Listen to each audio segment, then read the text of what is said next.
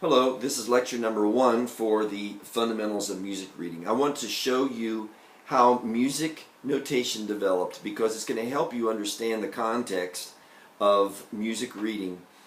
Basically, we're looking at 2,000 years of history of church music. That's really where Western music, that is the music that we have here in our European heritage and the United States, has its background.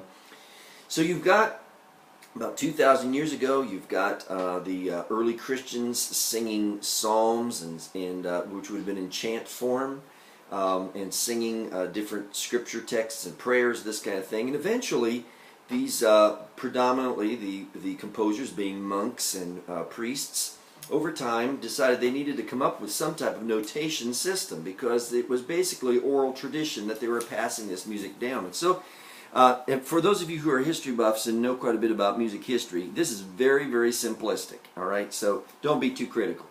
So anyway, they came up with a system, and they would say, well, hey, we've got this line here, all right? And that line is going to represent a particular pitch. We're going to say la, okay? So we can put this note right there. We're going to call that note, they call them neumes, we're just going to call it a note, okay? It's an oval note there. And if that's la, this would be la, la, la. Okay, well, we have more dynamics than that, and so we would add another line here, maybe another line here, and they go la, la, la, la, la, la, la, la, la, la, la, la. Okay, and so they began to write this system of notation. After several hundred years, I mean, they just kept adding lines.